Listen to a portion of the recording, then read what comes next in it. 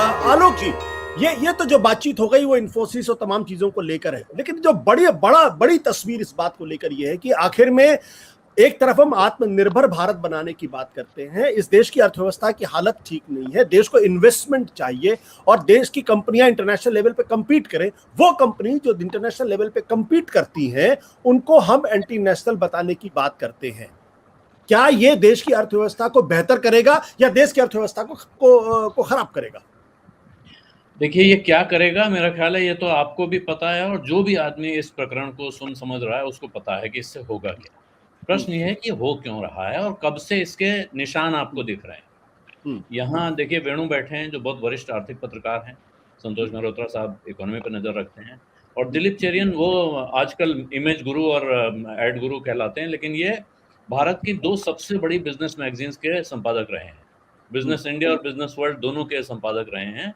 उस वक्त से ये इस दुनिया को देख रहे हैं।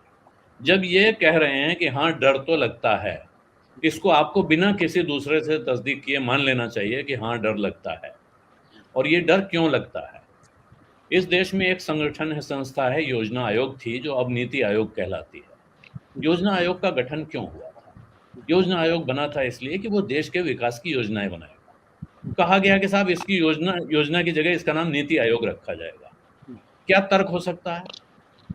अब तर्क आगे समझ में आता है। जब उस नीति आयोग के सीईओ हैं, वो एक दिन कहते हैं इस देश में टू मच डेमोक्रेसी है, यहाँ कुछ ज्यादा लोकतंत्र है। आप मुझे बताइए कि लोकतंत्र के ज्यादा होने से किसी नीति आयोग के कार्यालय में बैठे अफसर को क्यों दिक्कत होनी चाहिए?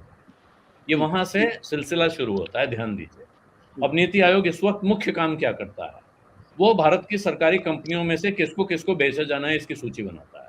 इसके अलावा उसने पिछले कुछ सालों में कोई बड़ा काम किया हो तो वो उसकी जानकारी आप भी मुझे दे सकते हैं, कोई और भी दे सकता है। इसके बाद का किस्सा आता है, लगभग 1.5 साल पुरानी बात है। राहुल बजाज ने एक आयोजन में खुलेआम खड़े होकर कहा था कि सब डरते हैं, मैं कह रहा हूं कोई और नहीं कहेगा क्योंकि सबको डर लगता है।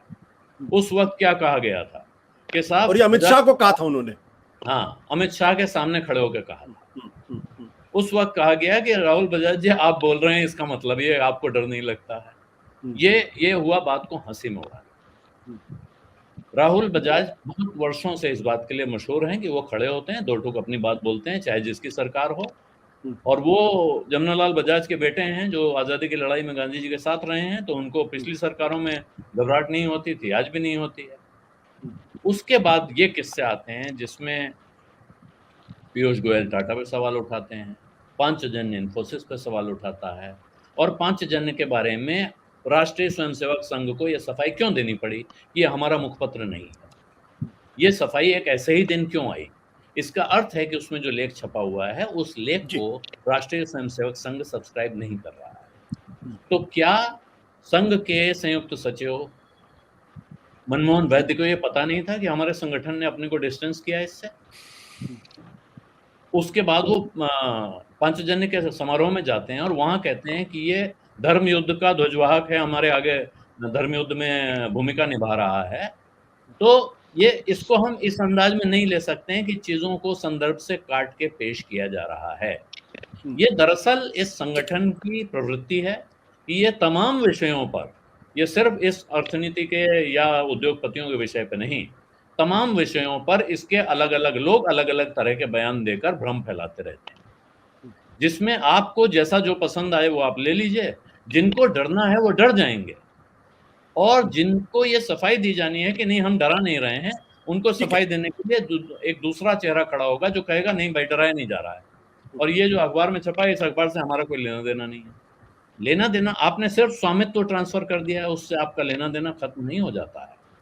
ये आपके संगठन का मुखपत्र बहुत लंबे समय तक रहा है, और आज भी जिस भारत प्रकाशन को यह स्वामित्व ट्रांसफर हुआ है, वो क्या आपने क्या डिसइन्वेस्ट कर दिया है ऑर्गेनाइजर और पांचजन्य को? प्रश्न ये है कि आरएसएस ने उसको बेचा है? आलोक, हम उस डिबेट में नहीं जाते, क्योंकि ये डिबेट साथ में आती है ना आशुतोष। नहीं, देखो वो आपकी बात आती है कि मैंने इसीलिए क्लैरिफाई किया। नहीं, मैंने देखिए आरएसएस जो ये बात कह रहा है, टेक्निकल बात कह रहा है, तो आरएसएस टेक्निकली अपनी जगह सही है, इसमें कोई दो राय नहीं है। लेकिन हकीकत यह है कि आज की तारीख में चाहे 1925 के, जो 1947 के बाद से आज तक मुखपत्र पांचजन और ऑर्गेनाइजर को मुखपत्र माना जाता है और उसको लेकर कोट करते हैं, पर टेक्निकली आरएसएस अपनी जगह बिल्कुल सही, इसमें कोई दो।